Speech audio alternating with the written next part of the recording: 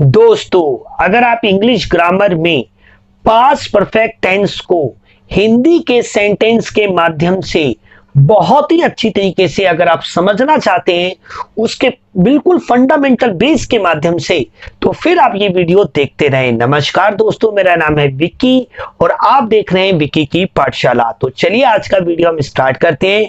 सबसे पहले मैं आपको दिखाता हूं कि आज के इस वीडियो में हम क्या क्या कवर करेंगे। तो पहली स्लाइड में दोस्तों मैं आपको पास्ट परफेक्ट टेंस की, जो पास्ट परफेक्ट टेंस है, उसकी पहचान और उसके रूल के बारे में बताऊंगा। और उसके बाद दूसरी स्लाइड में मैं आपको प्रेजेंट परफेक्ट, पास्ट इंडेफिनिट और पास्ट परफेक्ट, इन तीनों ही टेंस का प्रयोग पास्ट के लिए किया जाता है, उनके बीच में क्या डिफरेंस है, जो कि एक विद्यार्थी को पता ही होना चाहिए। ये चीज मैं आपको बहुत अच्छी तरीके से एक्सप्लेन करूंगा। और इसके बाद दोस्तों मैं आपको सिंपल, नेगेटिव और इंटरोगेटिव सेंटेंस बना के दिखाऊंगा पास्ट परफेक्ट टेंस के। और इसके बाद दोस्तों मैंने आपको पिछले वीडियो में पास्ट कंटीन्यूअस टेंस का एक होमवर्क दिया था, 10 सेंटेंस दिए थे, जिसे मैं आपको सॉल्व करके दिखाऊंगा वीडियो के बिल्कुल लास्ट में। और इसके बाद दोस्तों मैं आज का आपको एक होमवर्क दूंगा पास्ट परफेक्ट टेंस का, जिसमें 10 इंपॉर्टेंट सेंटेंस दे रखे, कोई भी वर्ड मीनिंग, कोई भी थर्ड फॉर्म इस सेंटेंस से, इन 10 सेंटेंस से जुड़ी भी कोई भी चीज अगर आपको नहीं पता, मुझसे पूछना चाहते हैं, तो आप कमेंट में लिखना, मैं आपका 100% जवाब दूंगा। तो चलिए अब आज का वीडियो हम स्टार्ट करते हैं। पर दोस्तों वीडियो को लाइक जरूर करें। आप बहुत कम वीडियो लाइक करते हैं, शेयर भी बहुत कम करते हैं, जिससे मैं बहुत डिमोटिवेट हो जाता हूं। तो मेरे मोटिवेशन को बढ़ाने के लिए आप इस वीडियो को लाइक कर सकते हैं और इस सीरीज को हमारे साथ ज्वाइन कर सकते हैं। तो चलिए अब फाइनली हम इस वीडियो को स्टार्ट करते हैं। तो सबसे पहले दोस्तों हम ये समझते हैं कि आखिर ये जो पास्ट परफेक्ट टेंस है ये होता क्या है। देखिए, आपको ये बात पता है कि ये जो हमारा टेंस होता है, अगर हम बात करें कि हमारा ये जो टेंस होता है, टेंस यानी काल, जिसे हम हिंदी में काल कहते हैं, ये जो काल होता है यानी टेंस होता है, इसमें जो सब्जेक्ट होता है, इसके एक्शन यानी इसके कार्य को इसकी स्टेट के द्वारा क्या किया जाता है, दर्शाया जाता है। स्टेट हमारी होती है दोस्तों 3, एक होती है हमारी प्रेजेंट की, एक होती है हमारी पास्ट की और एक होती है हमारी फ्यूचर की। तो ये हमारी 3 अलग अलग स्टेट होती है। कार्य होता है बट उसकी 3 अलग अलग, जैसे कि मैं यहाँ पे हूं कर दूंगा तो ये प्रेजेंट स्टेट बन जाएगी, था कर दूंगा तो पास्ट स्टेट बन जाएगी, और फ्यूचर कर दूंगा, होगा कर दूंगा तो फ्यूचर स्टेट बन जाएगी। बट ये जो बेचना है, जो कि इसका एक्शन है, वो तो सेम ही रहेगा। तो भैया सिंपल सी बात है कि टेंस में हम कर्ता के कार्य को उसकी अवस्था के साथ दिखाया जाता है। अब यहाँ पे वर्ड लगा हुआ है पूर्ण, क्योंकि परफेक्ट पास्ट परफेक्ट टेंस है। अब बात करते हैं कि पूर्ण का मतलब क्या होता है। पूर्ण का मतलब होता है मेरे दोस्तों पूरा हो जाना। पूर्ण यानी परफेक्ट का मतलब होता है पूर्ण, और पूर्ण को हम नॉर्मल भाषा में कहते हैं पूरा। जब कोई काम पूरा हो जाता है, क्योंकि टेंस में कर्ता के कार्य को उसकी अवस्था के द्वारा दिखाया जाता है। जब ये कार्य जो है ना, अगर ये समाप्त हो जाए यानी पूरा हो जाए, जैसे मैं चाय पी चुका हूं, यानी चाय पीने का जो काम था फिनिश हो गया वर्तमान में। मैं चाय पी चुका था भूतकाल में समाप्त हो गया। मैं चाय पी चुका हूंगा भविष्य काल में कोई कार्य की समाप्ति के बारे में बात कर रहे हैं। तो दोस्तों आप याद रखें ये बात कि परफेक्ट का मतलब होता है पूर्ण और पूर्ण का मतलब होता है पूरा। और जब कोई काम पूरा हो जाता है तो वो समाप्त हो जाता है, और जब कर्ता के कार्य में समाप्ति का बोध होता है यानी पूरे होने का सेंस होता है, तो हम परफेक्ट टेंस का इस्तेमाल करते हैं। प्रेजेंट परफेक्ट का प्रेजेंट के लिए, पास्ट परफेक्ट का पास्ट के लिए, और ऐसे फ्यूचर परफेक्ट का फ्यूचर के लिए। तो मैं उम्मीद करता हूं कि आपको इसका मतलब तो समझ में आ गया, क्योंकि आप इसको पहचानने से पहले और इसके रूल से पहले आपको इसके मतलब के बारे में भी पता होना चाहिए, ऐसा मैं मानता हूं दोस्तों। अब बात करते हैं कि आप कैसे इसे पहचानेंगे कि ये जो सेंटेंस है ये पास्ट परफेक्ट का है। तो बहुत ही सिंपल सी बात, उसके लिए आपने जितने भी कोई भी वाक्य है, हिंदी का वाक्य है, उसके अंत में आप ध्यान दें, और खासकर क्रिया के बाद, जैसे यहाँ पे बेचना क्रिया है, यहाँ पे छोड़ना क्रिया है, यहाँ पे उगाना क्रिया है, मरना और आना, उसके बाद आप देख रहे हैं कि चुका था, चुकी थी या चुके थे, इनमें से कोई भी शब्द आ रहा है तो आप समझ जाना कि वो क्या है, पास्ट परफेक्ट टेंस है। बहुत ही ज्यादा सिंपल सी बात मेरे दोस्तों। तो हमें ये तो क्लियर हो गई कि भाई जो पास्ट परफेक्ट टेंस होता है उसके हिंदी के जो वाक्य होते हैं, क्रिया के बाद चुका था, चुकी थी या चुके थे, इनमें से कोई आता है। और एक इंपॉर्टेंट बात दोस्तों, पास्ट परफेक्ट का इस्तेमाल कभी भी इंडिविजुअल नहीं किया जाता, यानी अकेले इसका बहुत कम इस्तेमाल होता है। हमेशा इसका प्रयोग पास्ट इंडेफिनिट के साथ किया जाता है। जैसे एग्जांपल दूं मैं आपको कि राजू जाने से पहले अपना काम पूरा कर चुका था। तो देखिए, राजू जाने से पहले अपना काम पूरा कर चुका था, तो यहाँ पे दो काम हो रहे हैं। राजू जाने से पहले, एक तो राजू का जाना पहला काम, दूसरा काम क्या है, वह अपना काम पूरा कर चुका था। ये पहले पहले उसने अपना काम पूरा किया और फिर उसके बाद गया। तो जब भी भूतकाल में दो कार्य यानी दो एक्शन एक के बाद परफॉर्म्ड होते हैं, जो काम पहले समाप्त होता है दोनों के कंपैरिजन में, वो बनता है पास्ट परफेक्ट के हिसाब से, और जो उसके बाद समाप्त होता है वो बनता है पास्ट इंडेफिनिट के हिसाब से। बट आप इतना जरूर याद रखें कि पास्ट परफेक्ट का इस्तेमाल हमेशा अतीत के लिए किया जाता है, ज्यादा भूतकाल के लिए, डीप भूतकाल के लिए किया जाता है। इसे मैं आपको सेकंड स्लाइड में बहुत अच्छी तरीके से भी समझाऊंगा, तीनों के बीच में कंपैरिजन करके। देखिए, अब इस सेंटेंस को मुझे क्या करना है, हमने पहचान पे तो बात कर ली, अब मुझे इस सेंटेंस को इंग्लिश में कन्वर्ट करना है। ये जो सेंटेंस आपको पांचों सेंटेंस दिख रहे हैं, इन्हें अब मुझे क्या करना है, इंग्लिश में कन्वर्ट करना है। तो इंग्लिश में कन्वर्ट करने के लिए मेरे स्टेप हैं, 3 स्टेप हैं दोस्तों, 3 स्टेप आप मान लीजिए। पहले 3 स्टेप क्या है, पहले स्टेप में आपने क्या करना है, सब्जेक्ट ऑब्जेक्ट वर्ब ढूंढना है। अगर आप जानना चाहते हैं कि सब्जेक्ट क्या होता है, वर्ब क्या होता है, ऑब्जेक्ट क्या होता है, तो आई बटन पे जो प्लेलिस्ट है, आपको इंग्लिश की जो प्लेलिस्ट है, उसमें जो सबसे पहला टेंस है प्रेजेंट इंडेफिनिट टेंस, उसे एक बारी पूरा वीडियो देख लें। आप 50 मिनट का वीडियो है, आप यकीन मानिए आपको ये और सारे के सारे पार्ट आपको जरूर समझ में आ जाएंगे। दूसरे पार्ट में, दूसरे स्टेप में हम क्या करते हैं, आइडेंटिफाई करते हैं कि उसकी क्रिया के बाद या क्रिया के साथ कौन से शब्द आ रखे हैं, जिससे वो टेंस आइडेंटिफाई हो जाए, यानी पहचान आ जाए। जो मैंने आपको यहाँ पे पहचान लिख रखी है दूसरे स्टेप में। तीसरे स्टेप में हम अकॉर्डिंग टू द रूल हम उसे क्या करते हैं, बना देते हैं, यानी नियम के अनुसार बनाते हैं दोस्तों, नियम के अनुसार। और नियम को आप तोड़ नहीं सकते, जो नियम है ग्रामर का आपको उसको फॉलो करना पड़ेगा, आप उसे बदल नहीं सकते, ये बात आप ध्यान दें। तो देखिए, यहाँ पे हमें 3 स्टेप है, हम पहले सेंटेंस को बनाते हैं तीनों स्टेपों का प्रयोग करके। तो पहले स्टेप में हमें क्या करना है, सब्जेक्ट ढूंढना है। कौन तिलक नगर में दुकान बेच चुका था, तो आंसर आएगा मेरा भाई। मेरा भाई तिलक नगर में क्या बेच चुका था, आंसर आएगा दुकान। बेचने के लिए हमें अपने शरीर की गतिविधियों का प्रयोग करना पड़ता है, जिन्हें हम डायनेमिक वर्ब या फिर हम डायनेमिक वर्ब कहते हैं, डायनेमिक वर्ब या फिर आप उसे एक्शन वर्ब भी कहते हैं। तो यहाँ पे बेचना हमारी एक वर्ब है, तो हमने सब्जेक्ट ढूंढा, ऑब्जेक्ट ढूंढा, वर्ब ढूंढी। बाकी ये जो तिलक नगर में बचा है ना दोस्तों, ये हो गया एक्स्ट्रा यानी remaining part of this sentence. अब देखो, हमारा पहला step complete, subject object verb और एक्स्ट्रा हमने ढूंढ लिया, ठीक है भाई। अब दूसरे स्टेप में हमें क्या करना, आइडेंटिफाई। यहाँ पे बेचना, यहाँ पे क्या लिखा हुआ है, बेचना। देखिए, यहाँ पे लिखा बेच चुका था, तो यहाँ पे इस ना की जगह पे क्या आ रहा है, चुका था। अगर चुका है आता तो प्रेजेंट परफेक्ट होता, चुका था है तो प्रेजेंट सॉरी पास्ट परफेक्ट है, चुका होगा आएगा तो वो फ्यूचर परफेक्ट होगा। तो दोस्तों, हमेशा जो क्रिया होती है उसके मूल रूप में हमेशा ना होता है, उसी ना के बदले में पहचान छुपी हुई होती है किसी भी टेंस की, तो उसी चीज पे आपने ध्यान देना चाहिए। तो हमने दूसरा स्टेप भी कंप्लीट कर लिया। अब तीसरे स्टेप में हमें क्या करना है, रूल के अकॉर्डिंग। तो देखिए, यहाँ पे हमें नहीं भी नहीं दिख रहा है इन पांचों सेंटेंस में, नहीं हमें क्या दिख रहा है ना, इसका मतलब ये होगा कि ये नेगेटिव भी नहीं है और इंटरोगेटिव भी नहीं है। तो भाई सिंपल के लिए रूल लगता है पहला, दूसरा लगता है नेगेटिव के लिए और तीसरा लगता है इंटरोगेटिव के लिए। नेगेटिव और इंटरोगेटिव मैं आपको तीसरी स्लाइड में बना के दिखाऊंगा बहुत अच्छी तरीके से। आप मेरे साथ बने रहें, आपको बहुत ही अच्छी तरीके से समझ जाऊंगा मैं। बट अभी हम बात करते हैं सिंपल की। तो सिंपल में सबसे पहले हम लिखते हैं सब्जेक्ट, दूसरे नंबर पे लिखते हैं हम हैड, तीसरे नंबर पे हम लिखते हैं वर्ब की थर्ड फॉर्म, चौथे नंबर पे ऑब्जेक्ट लिखा जाता है और पांचवें नंबर पे दोस्तों हम एक्स्ट्रा लिखते हैं यानी remaining part of the sentence लिखते हैं। तो भाई सबसे पहले हमें क्या लिखना है, माय ब्रदर, मैंने लिखा माय ब्रदर, हमने लिख दिया।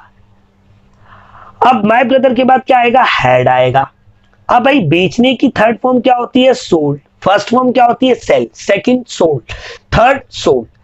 भाई दुकान, दुकान एक नाउन है और कॉमन नाउन है, इसलिए ए शॉप आएगा क्योंकि ये एक क्या है, काउंटेबल नाउन है और संख्या निर्धारित नहीं कर रखी थी, इसलिए हमने इनडेफिनिट आर्टिकल ए का प्रयोग कर लिया। तो my brother had sold a shop. अब देखिए दोस्तों, तिलक नगर में, तिलक नगर में तो मैं क्या लिखूंगा, एट तिलक नगर, एट तिलक नगर। तो ये जो तिलक नगर है ना दोस्तों, ये हमारा है प्रीपोजिशनल ऑब्जेक्ट। क्या है, प्रीपोजिशनल ऑब्जेक्ट है। और दोस्तों ये तिलक नगर हमारा क्या है, एक प्रॉपर नाउन है, इसलिए टी और एन हमें कैपिटल ही लिखना है क्योंकि पहला अल्फाबेट, जो पहला लेटर होता है किसी भी प्रॉपर नाउन का, वो कैपिटल लिखा होता है। तो पहली चीज तो आपको समझ में आएगी। आपको पहला सेंटेंस पूरा अच्छी तरीके से समझ में आए तो वीडियो को लाइक करके मुझे जरूर मोटिवेट करें दोस्तों, ये मेरी आपसे रिक्वेस्ट है। अब दूसरा सेंटेंस हम आपको बना के दिखाते हैं। दूसरे सेंटेंस में विजय 2005 में भारत छोड़ चुका था। कौन, विजय। कौन बोलने से या किसने बोलने से हमें क्या मिलता है, सब्जेक्ट।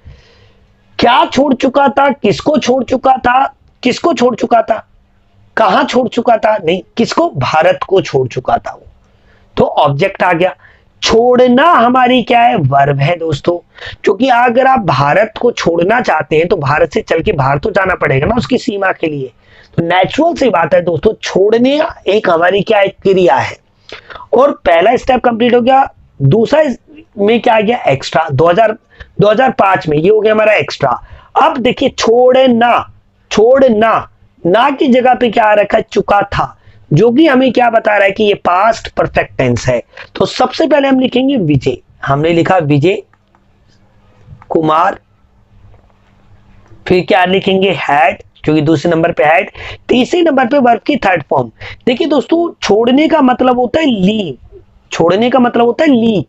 इस लीव को एज अ नाउन भी इस्तेमाल करते हैं। जब इसे एज अ नाउन इस्तेमाल किया जाता है तो इसका मतलब होता है पत्ती या पत्ता, जो पेड़ की पत्तियां होती हैं उसको आप लीव्स कहते हैं। तो देखिए दोस्तों, विजय कुमार हैड लेफ्ट, क्योंकि लीव की जो थर्ड फॉर्म है दोस्तों, मैं थोड़ा सा गलत हो गया ये, तो मैं इसको मिटा देता हूं। लीव की जो सेकंड और थर्ड फॉर्म है वो दोनों की क्या होती है, लेफ्ट होती है। जो आपका लेफ्ट है, इस लेफ्ट के एक और मीनिंग होता है बाया। बाय की जो स्पेलिंग है यानी लेफ्ट की जो स्पेलिंग है वही स्पेलिंग है, दोनों सेम। तो Vijay Kumar had left to India, Bharat को या भारत छोड़ चुका था। को के लिए कुछ नहीं आया है, बट आप टू लगा सकते हो, टू नहीं भी लगाए तब भी चलेगा। तो Vijay Kumar had left to India या लेफ्ट इंडिया 2005 में। अब देखिए मे के लिए आप क्या लिखेंगे, इन। अगर यही 2005 ना होकर कोई महीने का नाम होता, महीने के साथ याद रखना दोस्तों, मंथ हो या ईयर हो, उसके मे के सेंस में हमेशा आप क्या लगाओगे, इन। और एक और बात दोस्तों, अगर डे हो या फिर डेट हो, उसके मे के सेंस में या पर के सेंस में आप लगाओगे ओन। ये आपको याद रखनी है बात। तो यहां पे आएगा इन 2005। तो ये हमने बना दिया सेंटेंस। सेंटेंस बन गया Vijay had left to India in 2005। और ये पुरानी बात की बात कर रहा हूं, ये मैं दर्शाना चाह रहा हूं विजय को भारत छोड़े हुए 2005, आज चल रहा है 2020, 15 साल हो गए, बहुत लंबा टाइम हो गया, क्योंकि पुराने समय को ही दर्शाता है हमारा पास्ट परफेक्ट टेंस। याद रखें ये बात। अब बात करते हैं दोस्तों हम तीसरे सेंटेंस की। कौन, हम, क्या, पौधे उगाना, वर्ब। स्कूल में एक्स्ट्रा, हमारा पहला स्टेप कंप्लीट। दूसरे स्टेप में उगाना की जगह पे आ रहा है चुके थे, जो कि हमें पास्ट परफेक्ट बता रहा है। तीसरे स्टेप में पहले हमें क्या लिखना है, सब्जेक्ट। सब्जेक्ट क्या आएगा, वी, हमने लिखा वी। वी के बाद क्या आएगा, हैड, वी हैड। फिर वर्ब की क्या आएगी, थर्ड फॉर्म। उगाने की थर्ड फॉर्म क्या होती है? ग्रो। ग्रो होती है इसकी फर्स्ट, ग्रू होती है इसकी सेकंड, और ग्रोन होती है इसकी थर्ड। तो इसकी जो ग्रो फर्स्ट फॉर्म होती है उसके आगे बस एन लगा दीजिए, ग्रोन बन जाएगा। तो वी हैड ग्रोन प्लांट्स। पौधों को हम क्या कहते हैं दोस्तों? प्लांट्स कहते हैं। We had grown plants in, नहीं एट स्कूल, क्योंकि दोस्तों आपको पता है छोटी छोटी लोकेशन या छोटे छोटे प्लेसेस को दिखाने के लिए हम एट का प्रयोग करते हैं, जबकि बड़े बड़े कंट्रीज, बड़े बड़े जो स्थान होते हैं उनको दिखाने के लिए हम एट करते हैं। और इनटू का प्रयोग हम तब करते हैं जब कोई एक चीज दूसरी चीज में गतिशील होती है, गतिशील इनटू होता है। जैसे मैंने नदी में कूदा, तो I jump into the river, in नहीं आएगा, एट नहीं आएगा, इनटू आएगा, क्योंकि डूब पानी में, पानी की सतह में गया और फिर मूव कर रहा था, तो मूविंग के केस में हम इनटू लगाते हैं। तो तीनों बातें मैंने आपको बताई। अब बढ़ते हैं हम अपने चौथे सेंटेंस की तरफ। देखिए, उसकी बहन 10 साल पहले मर चुकी थी। अब देखिए 10 साल यानी 2010 में मर गई थी, तो पुरानी बात है। यानी जब भी कर्ता आप किसी भी बात को, पुरानी बात को बताना चाहता है, पुरानी भूतकाल की कोई पुरानी बात को, तभी वह पास्ट परफेक्ट टेंस का इस्तेमाल करता है। तो कौन? उसकी बहन। मरना वर्ब है।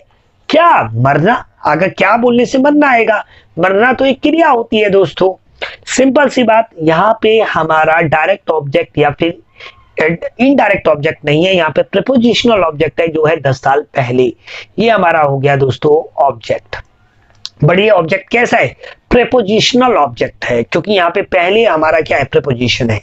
तो हम इसको लिखेंगे उसकी बहन। अब कई सारे स्टूडेंट्स के माइंड में क्वेश्चन राइज हो रहा होगा कि आखिर हम उसकी के लिए क्या लिखें। तो देखिए, बहन तो हमारी क्या है? सिस्टर। हमें पता है कि ये नाउन है और नाउन में कॉमन नाउन है। अब नाउन के साथ कभी भी प्रोनाउन तो नहीं आ सकता है, तो हमें पॉजेसिव एडजेक्टिव का इस्तेमाल करना है, जो कि अगर जेंट्स है तो हम क्या लिखेंगे? हीज, और अगर कोई फीमेल है तो क्या लिखेंगे? हर। दोनों ही चलेगा। अगर जेंट्स है यानी मेल है तो हम लिखेंगे हिज सिस्टर, और फीमेल है तो हम लिखेंगे हर सिस्टर, और अगर कोई जानवर है तो हम लिखेंगे इट्स सिस्टर, तो वो भी लिखा जा सकता है। तो हिज सिस्टर हैड, अब क्या आएगा? हैड। मरने की फर्स्ट में होती है die, D D I E, die. Second form होती है डाइट, थर्ड फॉर्म होती है डाइट। तो यहां पे हम थर्ड फॉर्म का प्रयोग करेंगे, डाइट। देखिए, प्रेजेंट परफेक्ट हो, प्रेजेंट परफेक्ट हो, पास्ट परफेक्ट हो या फ्यूचर परफेक्ट हो, तीनों ही प्रकार के टेंसेस में, पार्ट ऑफ दिस टेंसेस में वर्ब की थर्ड फॉर्म का प्रयोग हो जाता है। यानी यहां पे थर्ड फॉर्म क्यों होती है? क्योंकि दोस्तों कार्य समाप्त हो चुका होता है, समाप्ति, ये बात याद रखें। तो he sister had died 10 years अगो, या 10 years बिफोर, या बिफोर 10 years, ऐसा भी लिख सकते हैं, या ए डिकेट, क्योंकि दोस्तों 10 साल को हम डिकेट भी कहते हैं। डिकेट क्या बोलते हैं? डिकेट। डिकेट का मतलब होता है दशक। हिंदी में हम 10 साल के समूह को हम दशक कहते हैं, इंग्लिश में उसे डिकेट कहते हैं। हम इसे लिख सकते हैं। मैं आपकी नॉलेज बढ़ाने के लिए ऐसा कर रहा हूं। पांचवा सेंटेंस बना के दिखाता हूं। मैं कई साल पहले जयपुर आ चुका था और मुझे आए हुए भी अब 25 साल हो गए। मतलब कोई व्यक्ति जयपुर में रह रहा है और वो किसी अपने फ्रेंड से यूं कह रहा है मैं जयपुर कई साल पहले जयपुर आया था, यानी कई साल पहले, यानी पुरानी बात की बात कर रहा है। तो यहाँ पे कर्ता कौन है? मैं। कहां बोलने पे आएगा? जयपुर। आना क्या हो गई? वर्ब। चुका था, पास्ट परफेक्ट। कई साल पहले, ये हो गया हमारा प्रीपोजिशनल ऑब्जेक्ट। और सेंटेंस के हिसाब से देखें तो ये remaining part of the sentence यानी एक्स्ट्रा है। तो मैंने लिखा I had come to Jaipur. अब देखिए, बहुत सारे स्टूडेंट्स के माइंड में क्वेश्चन राइज हो रहा होगा कि हम यहाँ पे टू कैसे लगा देते हैं। तो याद रखना कि गो और कम जो होता है ना, उस जब भी अगर उसके बाद वेल डिफाइंड डेस्टिनेशन है तो आप हमेशा टू लगाएंगे। जैसे मैंने कहा कि मैं सदर जा रहा हूं, आई एम गोइंग टू सदर। अगर मैं कहूं कि मैं वहां जा रहा हूं, I am going to there, नहीं, आई एम गोइंग देयर। तो टू का कम के साथ या कम की किसी भी फॉर्म के साथ या गो की किसी भी फॉर्म के साथ टू तभी आएगा एज अ प्रपोजिशन जब वो प्लेस जहां वो जा रहा है या जहां वो आ रहा है उसके बारे में पूर्ण जानकारी दे रखे हो। अगर ये कह रखा है यहां वहां यानी एडवर्ब दे रखा है, एडवर्ब ऑफ प्लेस दे रखा है, तो हम उसका प्रयोग नहीं करेंगे। तो देखिए बहुत ही simple, I had come to Jaipur before many years या हम मैनी ईयर्स अगो भी बोल सकते हैं। तो दोस्तों देखा आपने, मैंने पांचों सेंटेंस आपको कितने इजी तरीके से बताए। अगर आप ऐसे ही वीडियो और चाहते हैं दोस्तों तो प्लीज मैं आपसे बार बार ये रिक्वेस्ट कर रहा हूं, अगर आप एक स्टूडेंट हैं तो आप इन वीडियो को अपने स्कूल के व्हाट्सएप ग्रुप में जरूर शेयर करें ताकि वो इस लॉकडाउन में जब स्कूल बंद है तो उनको वो कुछ सीख पाए। और अगर आप हिंदी मीडियम स्कूल से हैं तो फिर आप इस चैनल को जरूर सब्सक्राइब कर लें, क्योंकि ये जो चैनल है विक्की की पाठशाला ये हिंदी मीडियम के विद्यार्थियों के लिए मैंने बनाया है ताकि हिंदी मीडियम के लोग भी आगे पढ़ें और अपनी लाइफ में आगे बढ़ें। दोस्तों चलिए अब आगे बढ़ते हैं। अब लेते हैं हम अपनी सेकंड स्लाइड में दोस्तों आप यहाँ पे देख सकते हैं कि यहाँ पे मैंने प्रेजेंट परफेक्ट, पास्ट इंडेफिनिट और पास्ट परफेक्ट इन तीनों के बीच में वर्सेस लिखा हुआ है, जिसका मतलब होता है बनाम, यानी इनके बीच का कंपटीशन, यानी इनके बीच में अंतर मैं आपको डिफरेंस समझाना चाहता हूं। देखिए दोस्तों याद रखना ये बात मेरी कि जितनी आप प्रेजेंट परफेक्ट का जितना आप प्रयोग बिल्कुल हाल ही के लिए करते हो, पास्ट परफेक्ट का आप उतने ही डीप के लिए करते हो। यानी वर्तमान से बिल्कुल करीब अगर आप कोई क्रिया को होते हुए दिखाना चाहते हो तो प्रेजेंट परफेक्ट का आप प्रयोग करोगे, और अगर उसी वर्तमान से उसे बहुत दूर दर्शाने के लिए, बहुत दूर दिखाने के लिए आप पास्ट परफेक्ट का इस्तेमाल करेंगे। तो बहुत ही ज्यादा सिंपल सी बात है दोस्तों, इसे समझना।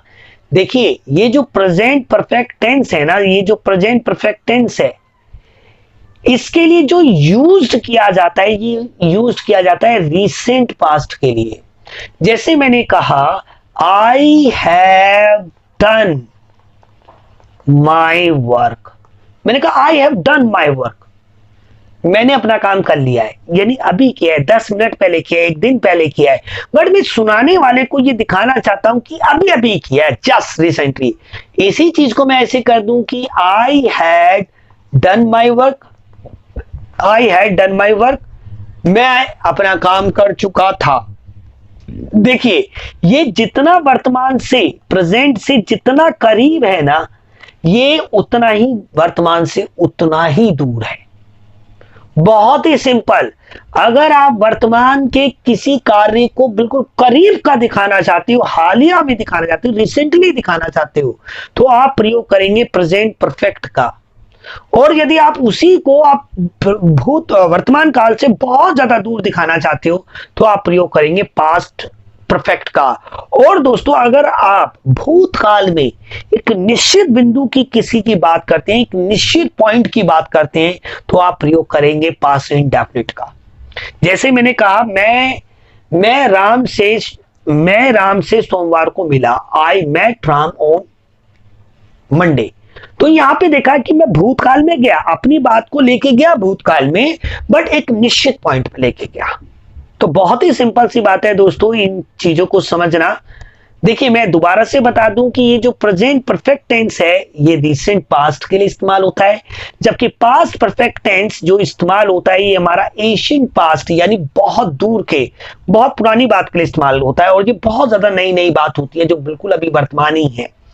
और ये जो पास्ट इंडेफिनिट है ना मेरे दोस्तों, ये एक सर्टेन पॉइंट को दिखाता है पास्ट में। जैसे मैं आपको एक एग्जांपल के माध्यम से समझाऊं तो मैं ऐसे कहूं कि भारत को अंग्रेजों से सन 1947 में आजादी मिली। तो देखिए मैं कहूंगा India became free from British rule in 1947। तो अभी चल रहा है 2020, तो मैं 2020 से 1947 में गया ना। तो जब भी आप भूतकाल के किसी निश्चित बिंदु पे कोई बात बताना चाहते हैं अपनी, तो उसके लिए आप पास्ट इंडेफिनिट यूज करेंगे। बट उसे अगर किसी किसी बीते हुए काम को आप वर्तमान से बिल्कुल करीब का दिखाना चाहते हैं तो आप प्रेजेंट का करेंगे, और दूर दिखाना चाहते हैं तो पास्ट का। तो देखिए मैं अगर एक और एग्जांपल से आपको ये बात क्लियर करूं, मैं एक एग्जांपल देता हूं। जैसे मैंने कहा आई हैव, मैंने लिखा सॉरी मैंने लिखा I have gone to Jaipur. मैंने लिखा I have gone to Jaipur, मैं जयपुर जा चुका हूं, यानी अभी गया था, एक हफ्ते पहले, एक महीने पहले। सुनाने वाले को ये दिखाना चाहता हूं अभी गया था। मैंने कहा I went to Jaipur last month, तो गया ना मैं पीछे एक निश्चित पॉइंट में, पिछले महीने। I had gone to Jaipur when I was young, when I was young, अब मैं बुढ़ा हो गया हूं, पुरानी बात हो गई ना। तो आपको यही चीज मैं आपको समझाना चाह रहा हूं कि प्रेजेंट परफेक्ट, पास्ट इंडेफिनिट और पास्ट परफेक्ट, इन तीनों के बीच का डिफरेंस यही है दोस्तों कि प्रेजेंट परफेक्ट का इस्तेमाल हम वर्तमान के बहुत करीब दिखाने को के लिए प्रयोग करते हैं, जबकि पास्ट परफेक्ट का हम उसे उतना ही दूर दिखाने के लिए प्रयोग करते हैं, और पास्ट इंडेफिनिट का प्रयोग हम भूतकाल के किसी निश्चित बिंदु में हुई भी घटना को बताने के लिए करते हैं। तो मैं उम्मीद करता हूं कि यह बात आपको क्लियर हुई होगी। अब बढ़ते हैं दोस्तों मैं अपनी अगली स्लाइड की तरफ, जिसमें मैं आपको नेगेटिव और इंटरोगेटिव सेंटेंस बना के दिखाऊंगा, जो मैंने आपको पास्ट सेंटेंस इसकी पहली स्लाइड में बना के दिखाए थे। तो देखिए इसमें मैं आपको पहले बना ही चुका हूं कि my brother had sold, my brother had sold a shop at Tilak Nagar. अब दोस्तों मैंने आपको इसका नेगेटिव बनाने का एक तरीका बताया था कि यार देखिए आपको ना याद रहना चाहिए कि ये जो भी हमारी स्टेटिव वर्ब होती है, जो हमें ये जानकारी देती है कि ये जो सोल्ड यानी ये जो एक्टिविटी हुई है, यानी ये जो वर्ब है, एक्शन वर्ब है, ये प्रेजेंट में हुई है या पास्ट में या फ्यूचर में हुई है, ये हमें हैड बताएगा। अगर जैसे मैं इसको हैज कर दूंगा तो ये प्रेजेंट हो जाएगा, विल हैव कर दूंगा ये फ्यूचर हो जाएगा।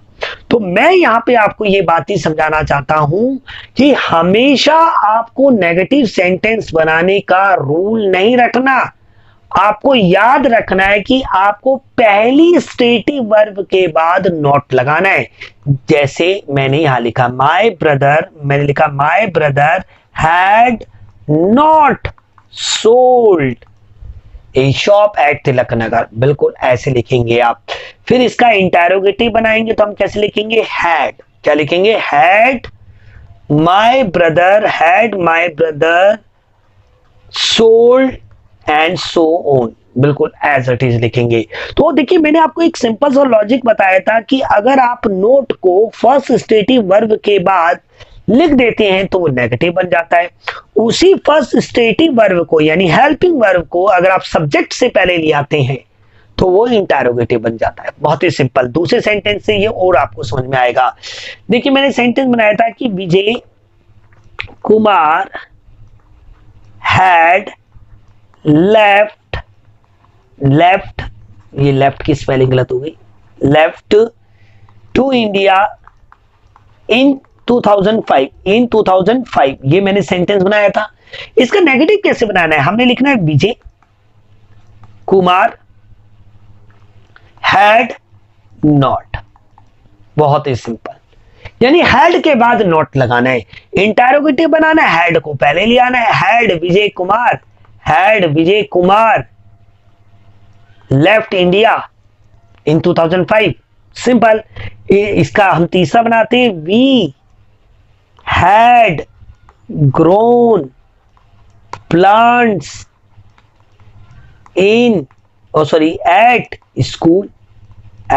स्कूल, नेगेटिव बनाना है, वी हैड नॉट, सेम। और इंटरोगेटिव बनाना है, हैड वी ग्रोन प्लांट, बाकी से। तो यानी लॉजिक यही निकल के आता है कि अगर हम फर्स्ट स्टेटिव वर्ब के बाद नॉट लगा देंगे तो नेगेटिव बन जाता है, अदरवाइज वो इंटरोगेटिव है। अब देखिए स्कोर बना देते हैं, फिर हमारा काम खत्म हो जाएगा। His sister had died 10 before 10 years, before 10 years. Negative बनाना है, ही सिस्टर या हर सिस्टर, आप पे डिपेंड करता है कि आप मेल के बारे में बात कर रहे हैं फीमेल के बारे में बात कर रहे हैं। तो he sister had not died, had not died before 10 years. Interrogative, had his sister died before 10 years. इसका लास्ट बनाए, I had come to Jaipur before many years. Negative बनाना है, I had not, बिल्कुल सेम। मैंने इसलिए आपको शुरुआत में सिंपल पे ज्यादा ध्यान दिलवाया। अगर आपको सिंपल आ जाते हैं तो दोस्तों आप यकीन मानिए कि नेगेटिव और इंटरोगेटिव तो बहुत ही सिंपल है, बहुत ही सरल सी बात है दोस्तों। अब इसका इंटरोगेटिव बना देते हैं, had I come to Jaipur, same. तो ये तो आज का वीडियो हमारा जो था पास्ट परफेक्ट का, वो तो खत्म। अब मैं आपको होमवर्क दिया था मैंने आपको पिछले वीडियो में, जिसे मैं आप जल्दी जल्दी आपको सॉल्व करके दिखा देता हूं। तो देखिए, पहले में सब्जेक्ट है, मैं तुम्हारे साथ छत पर पतंग उड़ा रहा था। तो इसमें मैं कौन है, करता है, पतंग ऑब्जेक्ट है, क्रिया हमारी यहाँ पे उड़ाना है, रहा था पास्ट परफेक्ट है, और तुम्हारे साथ छत पर, ये हमारा remaining part of this sentence है। कैसे बनाएंगे भाई, रूल आपको पता ही है कि सब्जेक्ट आता है, वॉज या फिर वर्ब आता है, प्रेजेंट में ये इज़ेमार होता है। बाकी तो दोस्तों आपको पता है कि वर्ब के पास फॉर्म में आईएनजी लगता है, फिर एक्स्ट्रा, ये हमारा रूल है। अब ये रूल सब में लगेगा। और पहचान क्या है, रहा था, रही थी, रहे थे।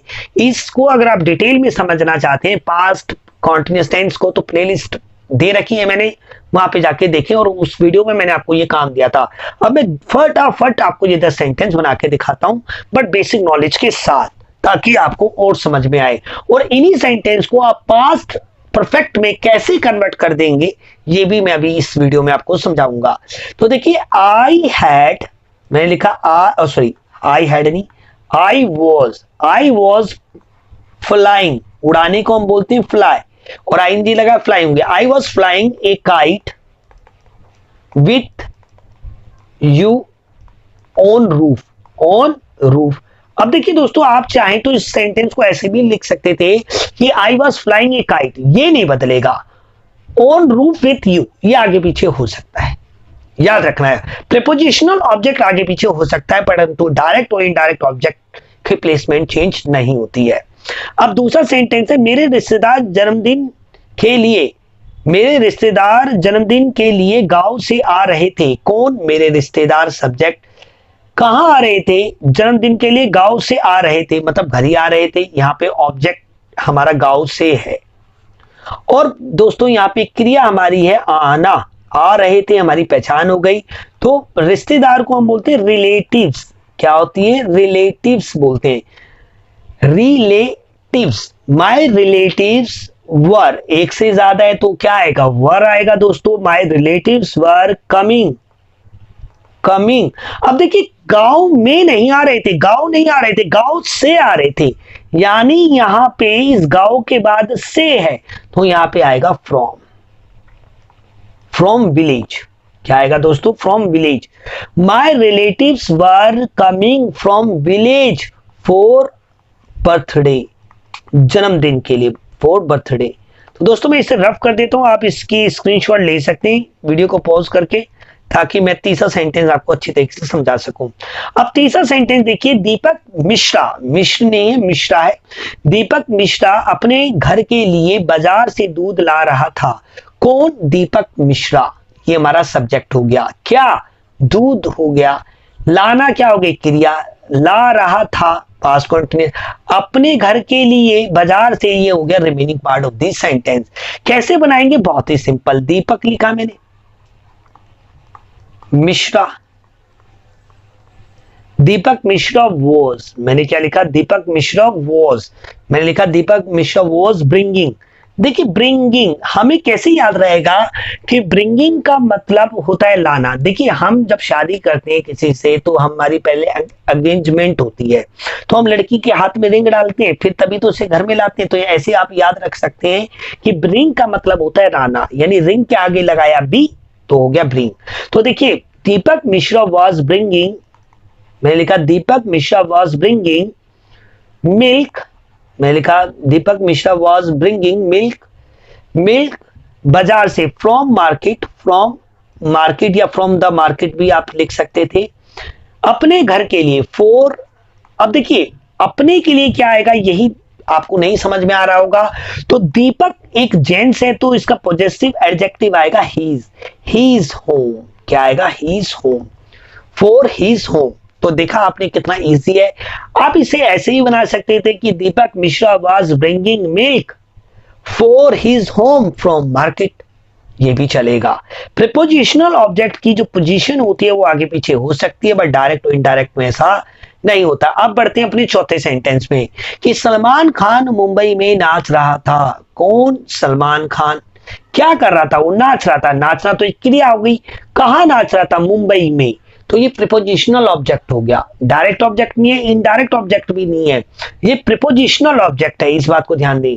रहा था ये होगी पहचान, तो हमने लिखा सलमान खान, ये हमारा सब्जेक्ट हो गया। फिर हम क्या लिखेंगे, वॉज आएगा, सलमान खान वॉज। डांस होता है, डांस के लास्ट में ई लगा होता है, आईएनजी लगाएंगे तो वो हटा देंगे। तो कहते हैं सलमान खान वॉज डांसिंग। क्या दोस्तों, Salman Khan was dancing in Mumbai. Mumbai का एम कैपिटल, क्योंकि ये एक प्रॉपर नाउन है। तो ये भी क्लियर हो गया आपको। पांचवा सेंटेंस देखिए, हम स्कूल में स्वतंत्रता दिवस पर भाषण दे रहे थे। तो यहाँ पे हम हो गया सब्जेक्ट, भाषण हो गया ऑब्जेक्ट, देना हो गई क्रिया, रहे थे हो गई पहचान, स्कूल में स्वतंत्रता दिवस में remaining part of the sentence हो गया। तो हम कैसे लिखेंगे, वी वर डिलीवर। डिलीवर मतलब होता है देना, आईएनजी जो है डिलीवरिंग। तो we were delivering a speech, लिखा a speech on Independence Day at school. तो ये हमारा सेंटेंस पूरा बन गया दोस्तों। कितना सिंपल है ना, आपने देखा। अगर एक बारी आपको चीजें समझ आ जाएं तो फिर तो कुछ नहीं है। अब हम बनाते हैं अपना छठा सेंटेंस कि बाघ जंगल में हिरन का शिकार कर रहा था। कौन, बाघ। क्या कर रहा था वो, हिरन का शिकार। हिरन का शिकार या हिरन का शिकार, शिकार करना ये हमारी क्रिया है दोस्तों। हिरन हमारा ऑब्जेक्ट है, जंगल में हमारा प्रीपोजिशनल ऑब्जेक्ट है। तो मैं क्या लिखूंगा, टाइगर, या ए टाइगर भी लिख सकता हूं, तो टी छोटा हो जाएगा। A tiger was hunting, hurting बोलते, मुझे बोलने में दिक्कत होता है। A tiger was hunting deer, deer, a deer यानी एक हिरन का शिकार कर रहा था। A tiger was hunting a deer at forest, at forest या फिर इन द फॉरेस्ट भी, या एट द फॉरेस्ट भी आप लिख सकते थे। तो नेक्स्ट देखिए, हम भारत में होली मना रहे थे। सब्जेक्ट कौन है, हम। क्या मना रहे थे, होली मना रहे थे। मनाना क्या है, क्रिया, रहे थे उसकी पहचान, भारत में ये हो गया एक्स्ट्रा। तो हम लिखेंगे we were celebrating, we were celebrating Holi in India, we were celebrating Holi in India. Were को जैसे वो आर में करेंगे ये प्रेजेंट बन जाएगा। अब बनाते हैं आठवां, तो विनोद और उसकी मां घर से द्वारका जा रहे थे, बस से द्वारका जा रहे थे। मैंने लिखा Vinod and his mother, his mother, क्योंकि ये पूरा हमारा सब्जेक्ट है। विनोद एंड हीज मदर ये पूरा हमारा सब्जेक्ट है। वर, वर क्यों आएगा दोस्तों, एक से ज्यादा हो गए। Vinod and his mother were going to Dwarka, going to Dwarka, Dwarka by bus. By bus क्यों आएगा दोस्तों, क्योंकि मीन्स ऑफ ट्रांसपोर्ट है, तो यहां पे इससे के लिए बाय ही आएगा, ये बात आपने याद रखनी है। नेक्स्ट बना के दिखाता हूं आपको, नाइन्थ, डाकिया शहर में डाके बांट रहा था। तो डाकिया मतलब ए पोस्टमैन, ए पोस्टमैन मैन, मैं एक लेके चल रहा हूं।